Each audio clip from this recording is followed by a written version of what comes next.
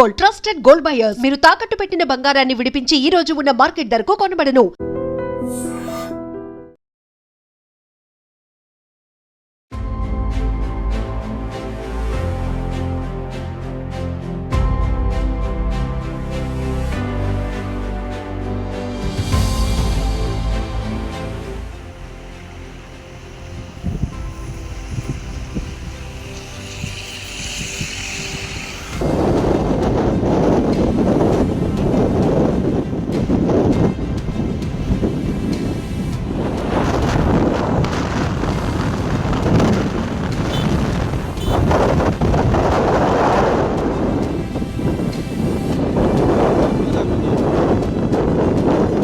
ప్రస్తుతం మనం విజయనగరం జిల్లా నెల్లిమర్ల నియోజకవర్గంలో ఉన్న మోంతా తుఫాన్ సంబంధించి ముక్కాం బీచ్ వద్ద అయితే ఉన్నాము.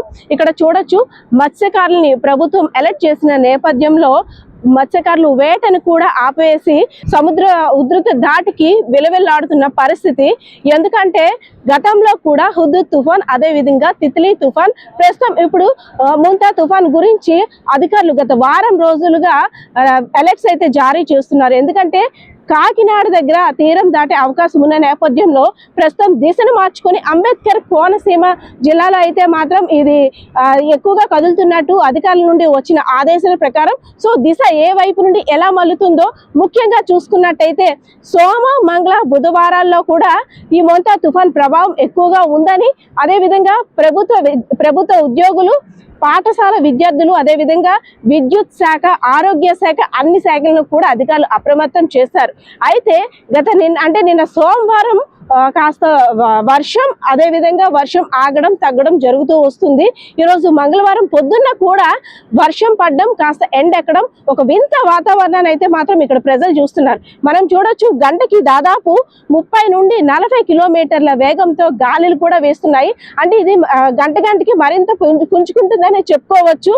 వాతావరణం కూడా ఇక్కడ ఎలా ఉందంటే ఎండెక్కుతుంది, అదేవిధంగా వర్షం పడుతుంది, అదేవిధంగా ఈదురు గాలులు కూడా ఎక్కువగా వీస్తున్నాయి. మనం సముద్రం కూడా చూడొచ్చు, వాటర్ అంతా కూడా చేంజ్ అయిపోయి, అంటే అక్కడ ఉన్న వాటర్ కెరటాల ఉధృతికి, అంటే తుఫాను ఉధృతికి సంబంధించి ముందుకు కూడా వస్తుంది. సో ఇది మరింత ఇంకా ముందుకు వచ్చే అవకాశం ఉన్న నేపథ్యంలో అధికార యంత్రాంగం అంతా కూడా అప్రమత్తమైంది. ఎప్పటికప్పుడు మత్స్యకారులు అంటే సురక్షిత ప్రాంతాలకి తరలించాలని వారి ఏర్పాట్లు కూడా చేస్తున్నప్పటికీ మత్స్యకారులు, ఎందుకంటే వాళ్ళ బోట్స్, అదేవిధంగా వలలు అన్ని కూడా ఏమైపోతాయి అని బిక్కు అనుకుంటూ ఇక్కడ చూస్తున్న పరిస్థితి అయితే కనిపిస్తా ఉంది. అయితే రాత్రికి ఈ ప్రభావం మరింత రెట్టింపు అయ్యే అవకాశం ఉన్న నేపథ్యంలో ప్రజలందరూ కూడా అప్రమత్తంగా ఉండాలని అధికారులు అయితే మాత్రం ఉత్తర్వులు జారీ చేశారు.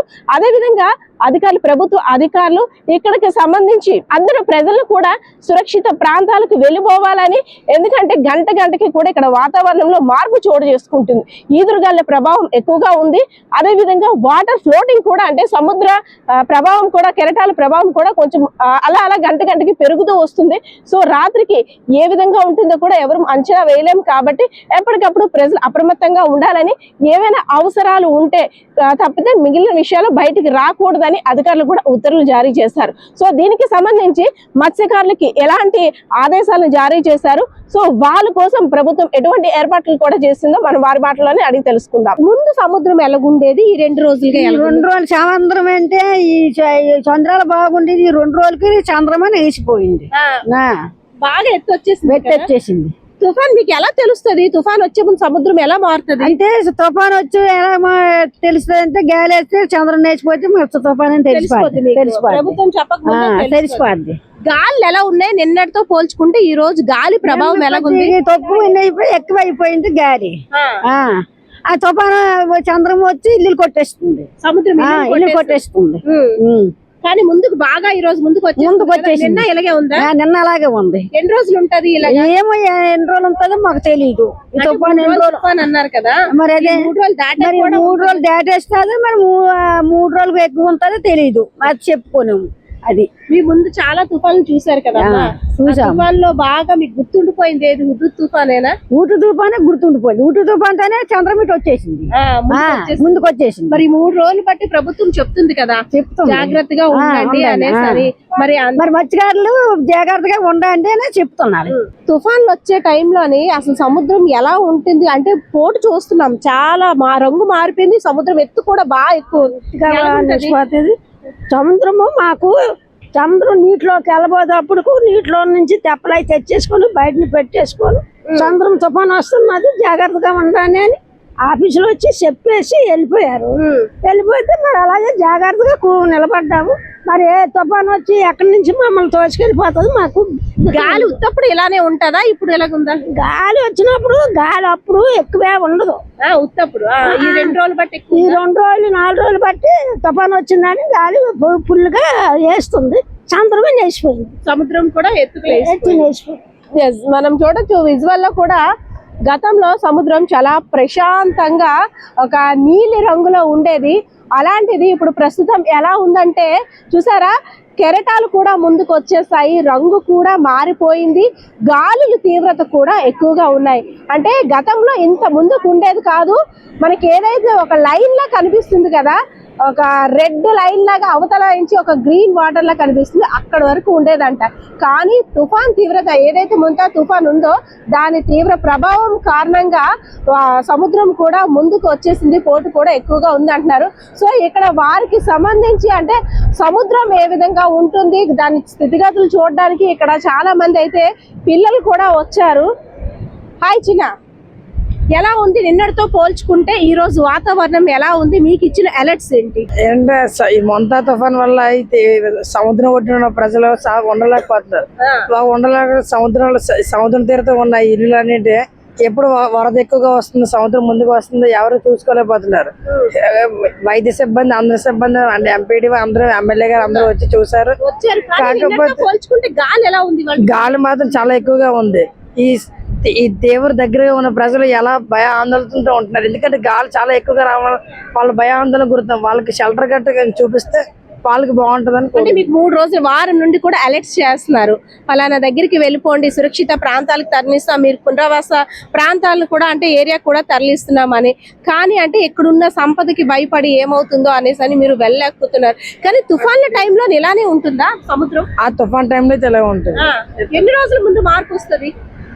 ఒక 4 days ముందు వస్తుంది. వస్తుందా? వాటర్ లో మార్పు వస్తుందా? వాటర్ లో మార్పు వస్తుంది, కెరటాల్లో కూడా మార్పు వస్తుంది. మామూలుగా అయితే ప్రశాంతంగా ఉన్న టైంలో ఏ తుఫాన్ అయితే లేని టైంలో ఎలా ఉంటుంది? నార్మల్ గా ఉంటుంది, ఇంతలా ఉండదు, ఎంతలా ఉండదు. గతంతో పోల్చుకున్నట్టయితే ఇప్పుడు సముద్రం పరిస్థితి కూడా మనం చూస్తున్నాం, కలర్ మారిపోయి అదే విధంగా వాటర్ కూడా చాలా ముందుకు వచ్చేసింది. ఏదైతే ముంతా తుఫాన్ ఈ 3 రోజులు విధ్వంసం సృష్టిస్తుందని ప్రభుత్వం యంత్రాంగం అంతా కూడా అప్రమత్తం చేస్తున్న నేపథ్యంలో గత 4 రోజులు కూడా ఇక్కడ వాతావరణం అయితే మాత్రం చాలా మార్పులు వచ్చేసాయని ఇక్కడ మత్స్యకారులు కూడా చెప్తున్నారు. అదే విధంగా మనం లైవ్ లోనే చూడొచ్చు గాలుల తీవ్రత ఏ విధంగా ఉన్నది అంటే ఏదైతే ప్రభుత్వం ఆదేశాలు ఇచ్చిందో గంటకి 110 నుండి 120 కిలోమీటర్ల వేగంతో గాలులు వీచే అవకాశం ఉంది.